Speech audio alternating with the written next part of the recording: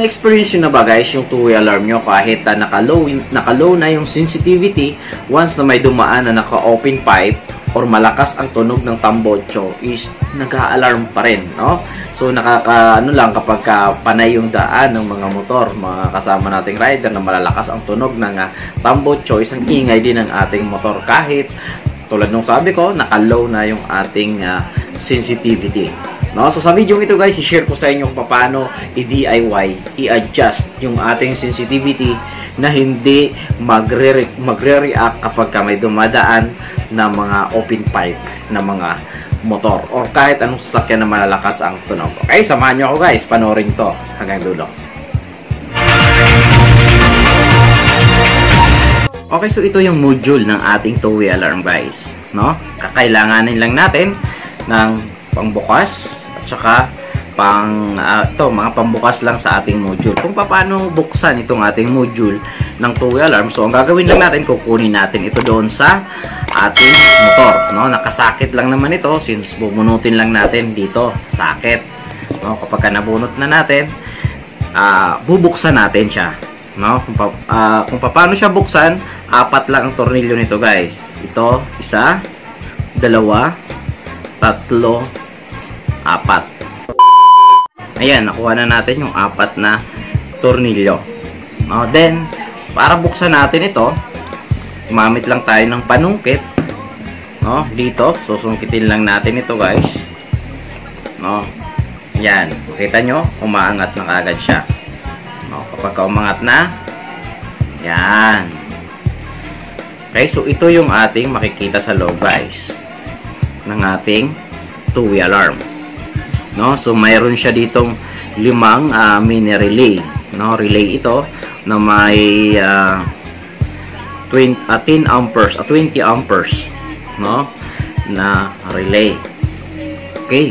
So ito yung kanyang mga transistor, capacitor, saka IC, no? So ang sensitivity nito guys is ito, no? Ayaw ko na pangalanan isa-isa, kakahaba yung ating tutorial, no? So itong antenna, ito yung nag-detect ng vibration para mag-trigger yung alarm dito sa resistor, no?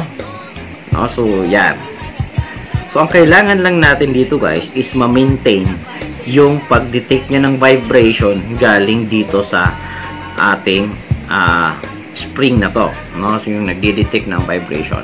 So gagawa lang tayo ng ganito guys.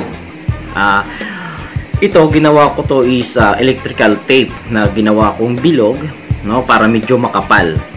Pwede rin man ito guys kung mayroon kayo sa inyo shrinkable tube, no? Shrinkable tube, pwede rin gawing kumuha kayo ng ganito kalaking shrinkable tube o mas malaki dito.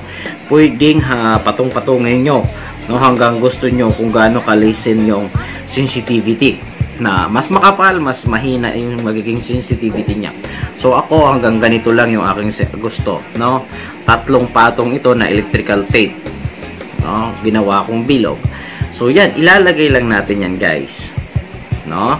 So para malesen yung kanilang contact, no? Kahit kasi adjust natin sa remote yung pinaka-low na ng sensitivity sa remote is nadidetect pa rin niya, no? So ito yung tanging paraan para malesen yung kanyang sensitivity. So ganyan lang guys, ilalagay lang natin dyan yung ating DIY. Pwedeng shrinkable tube, pwedeng ganitong electrical tape, no? Gawa lang kayo ng ganitong bilog. Yan. Then ilalagay lang natin, tapos ibabalik na natin guys, no? Ganun lang siya kadali. Kung paano natin tinanggal, ganun din siya kabilis sa ibalik, no? Hindi ito mahirap baklasin guys, dahil wala namang masisira o tatalsik na spring dito sa loob, no? Then make sure kapag ibalik natin is i-sealed uli natin, no? Pwede kayong gumamit ng stick glue kapag